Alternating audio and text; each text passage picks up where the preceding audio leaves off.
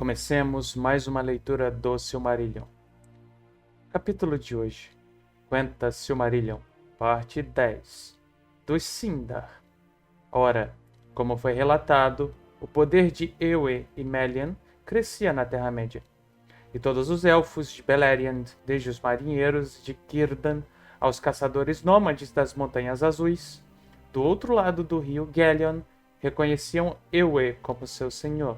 Elu-Thingol era ele chamado, Rei Manto Cinzento, no idioma de seu povo.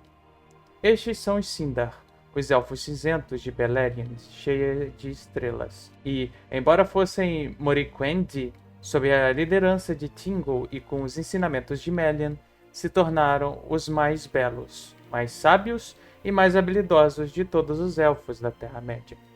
E, no final da primeira era da prisão de Melkor, quando toda a Terra estava em paz e a glória de Valinor estava no seu apogeu, veio ao mundo Lúthien, a única filha de Thingol e Melian, apesar de a Terra-média estar em sua maior parte no sono de Yavanna. Em Beleriand, sob o poder de Melian, havia vida e alegria, e as estrelas brilhantes refulgiam como raios de prata. E lá na floresta de Neudoreth, Lúthien nasceu, e as alvas flores de Nifindil surgiram para saudá-la como estrelas brotando da terra. Ocorreu durante a segunda era de cativeiro de Melkor que anões atravessaram as montanhas azuis de Ered Luin, entrando em Beleriand. A si mesmos davam o nome de Khazad, mas aos Sindar os chamavam de Naugrim, o povo nanico, e Gonorrihin, mestres da pedra. Muito ao longe no leste ficavam as habitações mais antigas dos Naugrim, mas eles haviam escavado para si grandes palácios e mansões, segundo seu próprio estilo. Na parte oriental das Ered Luin, e essas cidades tinham em seu próprio idioma os nomes Gabilgatol e Tumuzahar. Ao norte da enorme elevação do monte Dolmed ficava Gabilgafol, que os elfos traduziam em sua língua como Belegost, ou seja, grão forte. E ao sul, esculpida na rocha Tumunzahar, chamada pelos elfos de Nogrod, a morada Oca. A maior de todas as mansões dos anões era a Casa Adun, a mina dos anões Hadodrond, no idioma dos elfos, que mais tarde, nos seus dias escuros, foi chamada de Moria. Mas ela ficava muito distante nas montanhas nevoentas, para além das longas léguas de Eriador, e só chegava aos elfos como um nome e um rumor com origem nas palavras dos anões das Montanhas Azuis. De Nogrod e Belegost, os Naugrim avançaram para Beleriand, e os elfos se encheram de espanto, pois acreditavam que eram os únicos seres vivos na Terra-média a falar com palavras ou a trabalhar com as mãos, e serem todos os outros apenas aves e feras. Não conseguiam, porém, entender nenhuma palavra da língua dos Naugrim, que a seus ouvidos era pesada e sem beleza.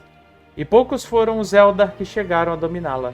Já os anões tinham facilidade de aprendizado e, de fato, estavam mais dispostos a aprender a língua dos elfos do que a ensinar a sua própria, aquela raça estranha.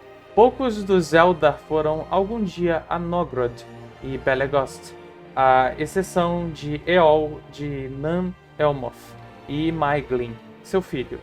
Já os anões faziam comércio com Beleriand e construíram uma grande estrada que passava sob o sopé do monte Dolmed e acompanhava o curso do rio Ascar, cruzando o Gelion em San-Atrad, o Val das Pedras, onde mais tarde foi travada uma batalha. Sempre foi distante a amizade entre os Naugrim e os Eldar, embora ela gerasse muitos benefícios mútuos.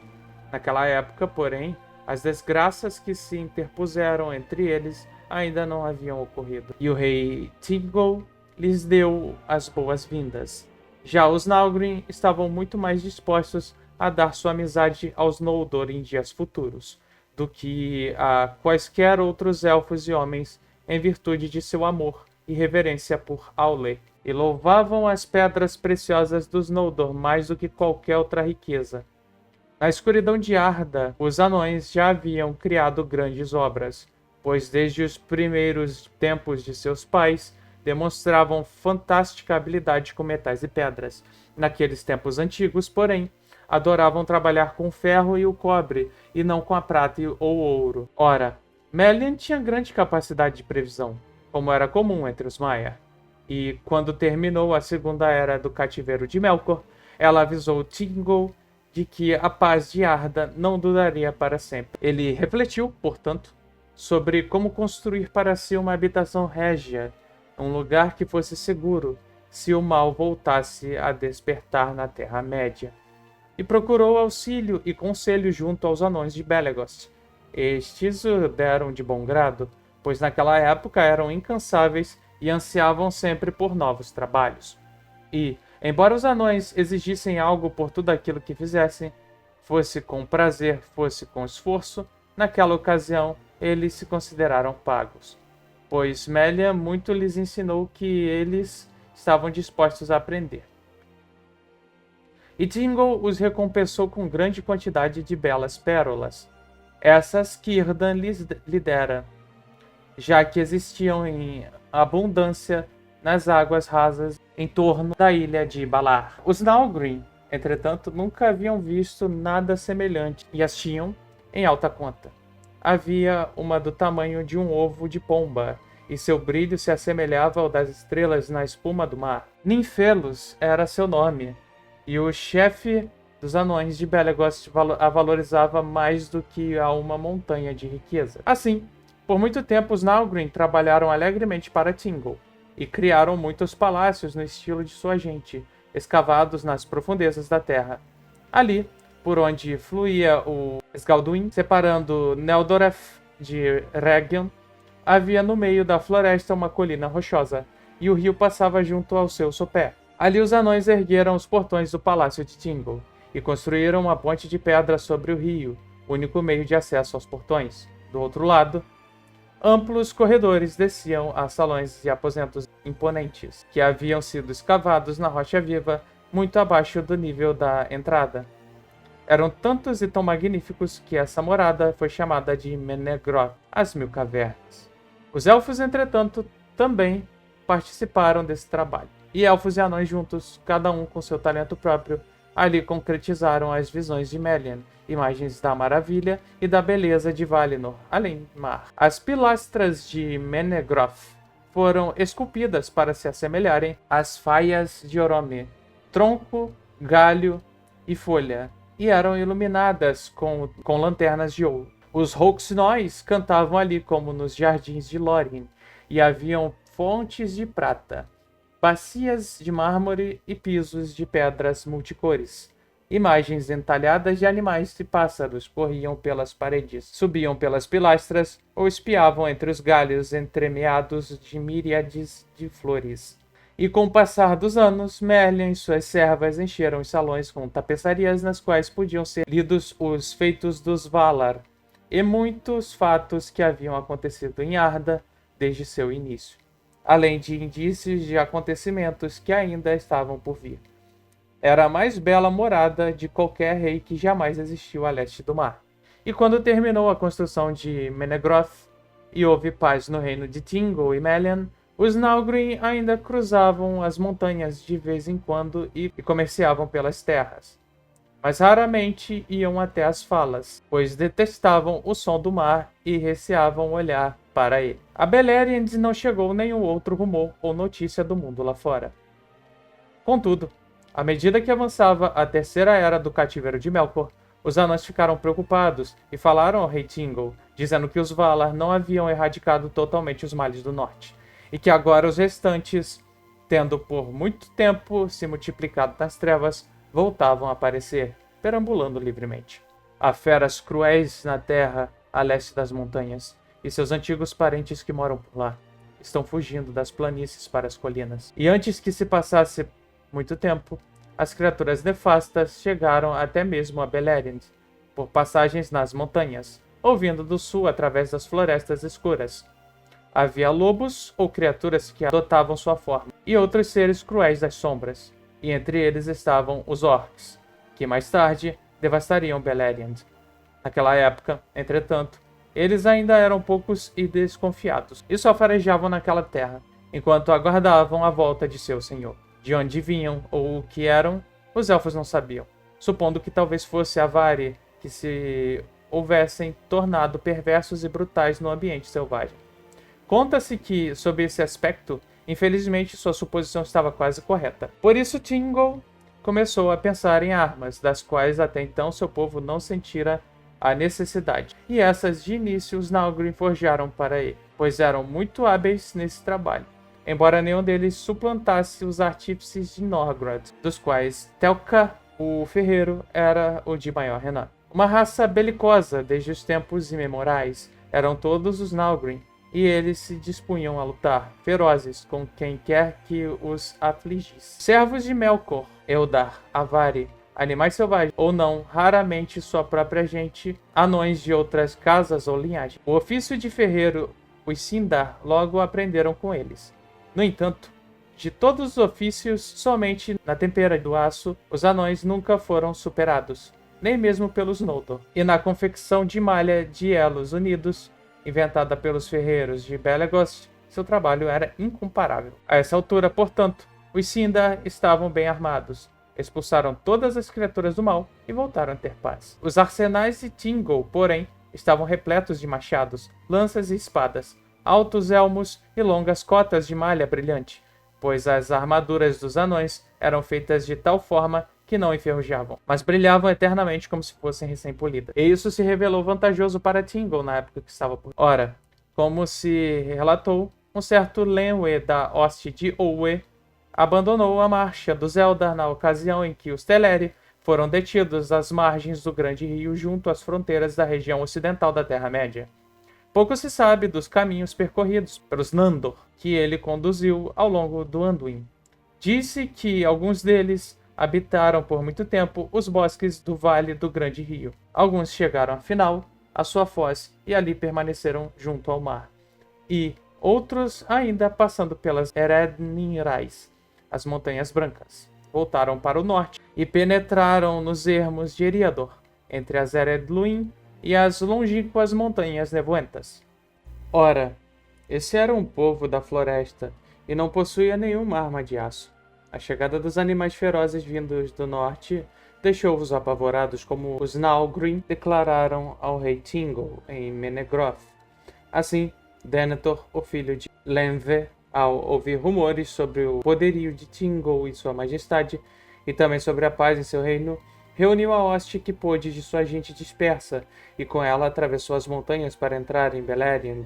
Ali foram acolhidos por Tingle, como parentes há muito perdidos que voltam ao lar, e se instalaram em Ossiriand, a terra dos Sete Rios. Dos longos anos de paz que se seguiram à chegada de Denethor, pouco se sabe. Disse que naquela época, Daeron, o Menestrel, o maior sábio do reino de Tingle, criou suas runas, e os Nalgrim que vieram a Tingle se as aprenderam e se encantaram com o invento, valorizando o talento de Daeron ainda mais do que os Sindar, seu próprio povo. Por meio dos Nalgrim, as Sirf foram levadas para o leste, para o outro lado das montanhas, e se tornaram parte do conhecimento de muitos povos, mas foram pouco usadas pelos Sindar para a finalidade de registros até os tempos da guerra. E grande parte do que se guardava na memória pereceu nas ruínas de Doriath. É que da bem-aventurança e da alegria na vida há pouco a ser dito enquanto duram, assim como as obras belas e maravilhosas, enquanto perduram para que os olhos as contemplem. São registros de si mesmas, e somente quando correm perigo ou são destruídas é que se transformam em poesia. Em Beleriand, naquela época, os elfos perambulavam, os rios corriam, as estrelas brilhavam, e as flores da noite exalavam seus perfumes. E a beleza de Melian era como o meio-dia, e a beleza de Lúthien era como o alvorecer da primavera. Em Beleriand, o rei Tingle, em seu trono, era como os senhores dos Maiar, cujo poder está em repouso, cuja alegria é como o ar que respiram todos os dias, cujos pensamentos fluem numa onda imperturbável, das alturas às profundezas. Em Beleriand, ainda às vezes cavalgava Orome, o grande, passando como um vento pelas montanhas, e o som de sua trompa descia pelas léguas iluminadas pelas estrelas. E os elfos o temiam pelo esplendor de seu semblante, e pelo enorme estrondo da investida de Nahar. No entanto, quando a Valaroma ecoava nos montes, eles bem sabiam que todos os seres do mal eram afugentados dali. Aconteceu, porém, de se aproximar o fim da bem-aventurança e de a tarde ensolarada de Valinor chegar ao seu crepúsculo. Pois, como foi dito e como todos sabem, por estar escrito nos registros das tradições e por ter sido cantado em muitas obras poéticas, Melkor abateu as árvores dos Valar com auxílio de Ungoliant e escapou. Voltando para a Terra-média, muito ao norte ocorreu o confronto entre Morgoth e Ungoliant, mas o terrível grito de Morgoth reverberou por toda Beleriand, fazendo toda a sua gente encolher de medo, pois, embora não soubessem o que o grito prenunciava, o que estavam ouvindo era o Arauto da Morte. Pouco depois, Ungoliant fugiu do norte e entrou no reino de Thingol, e um terror de escuridão a cercava. Contudo, pelo poder de Melian, foi impedida de prosseguir, e não entrou em Neldoreth, mas permaneceu muito tempo à sombra dos precipícios pelos quais Dorthonion se estendia em direção ao sul. E esses passaram a ser conhecidos como Ered Gorgoroth, as Montanhas do Terror, e ninguém ousava ir até lá ou passar por perto. Ali, a vida e a luz eram sufocadas, e todas as águas envenenadas. Morgoth, porém, como já se relatou, voltou para Angband e a reconstruiu, e acima de seus portões ergueu as torres fumegantes das Tangorodrim, e os portões de Morgoth estavam a apenas 750 quilômetros da ponte de Menegroth, distantes e, entretanto, demasiado próximo. Ora, os orcs que se multiplicavam na escuridão da terra tornaram-se fortes e cruéis, e seu senhor sinistro os encheu de desejo de devastação e morte. Eles saíram então dos portões de Angband sob as nuvens que Morgoth fez surgir e passaram em silêncio para os planaltos do norte.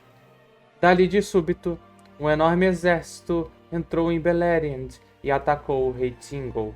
Ora, em seus vastos domínios, muitos elfos perambulavam livremente na natureza ou moravam pacificamente em pequenos clãs muito afastados. Somente em torno de Menegroth, no centro da região e ao longo das falas, no país dos marinheiros, havia grandes populações. Os orcs, porém, investiram contra os dois lados de Menegroth e, a partir de acampamentos no leste, entre o Selon e o Gelion, e no oeste, nas planícies entre Sirion e Narog, praticaram todo tipo de pilhagem. E Thingol foi isolado de Círdan, em Eglarest. Ele convocou então Denethor, e os elfos vieram em grande número de Region, do outro lado do Arus e de Ossirian, para travar a primeira batalha nas guerras de Beleriand. E a hoste oriental dos orcs foi cercada pelos exércitos dos Eldar, ao norte de Andron e a meio caminho entre o Arus e o Gelion, e ali sofreram total derrota. E aqueles que fugiram para o norte, a fim de escapar da enorme carnificina, caíram na emboscada dos machados dos Nalgrim, que saíam do monte Dolmed. Na realidade, poucos voltaram para Angband. Contudo, a vitória dos elfos teve um alto preço, pois aqueles de Ossiriand estavam pouco armados e não tinham como enfrentar os orcs, que usavam calçados e escudos de ferro e portavam enormes lanças de lâminas largas. Assim, Denethor foi isolado e cercado na colina de Amon-Ereb. Ali ele sucumbiu com todos os parentes mais próximos à sua volta, antes que o exército de Thingol chegasse em seu auxílio. Por mais que sua morte fosse vingada com virulência, quando Thingol se abateu sobre a retaguarda dos orcs e os chacinou aos magotes, seu povo lamentou eternamente sua perda e não voltou a ter um rei. Depois da batalha, alguns voltaram para o Siriand, e suas notícias inspiraram no restante do povo um medo enorme, de tal modo que, a partir dali, eles nunca mais se apresentaram para uma guerra declarada. mas se mantiveram em segredo e desconfiança. E eles foram chamados de Lyquendi, os Elfos Verdes, em virtude de seus trajes da cor das folhas. Muitos foram, porém, para o norte e penetraram no reino protegido de Tingle, misturando-se com seu povo. E quando Tingle voltou a Menegroth, soube que o exército de orcs no oeste saíra vitorioso, tendo encurralado Círdan na orla do mar. Por isso Tingle recolheu dentro da segurança de Neldoreth e Regen todo o povo que sua convocação pôde alcançar.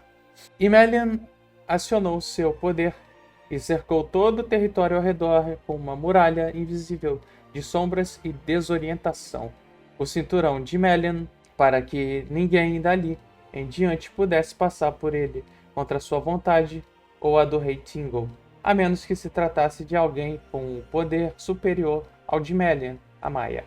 E essa terra cercada, que durante muito tempo foi chamada de Eglador, mais tarde recebeu o nome de Doriath, o reino protegido, a terra do cinturão.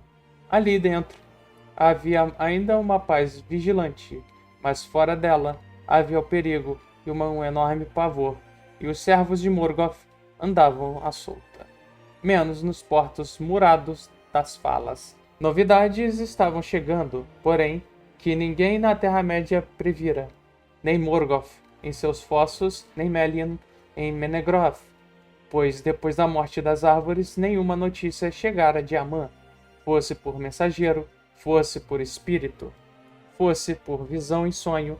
Na mesma época, Fëanor cruzou o mar nas alvas embarcações dos Teleri, aportou no estuário de Drengst e ali, em Losgar, queimou os barcos.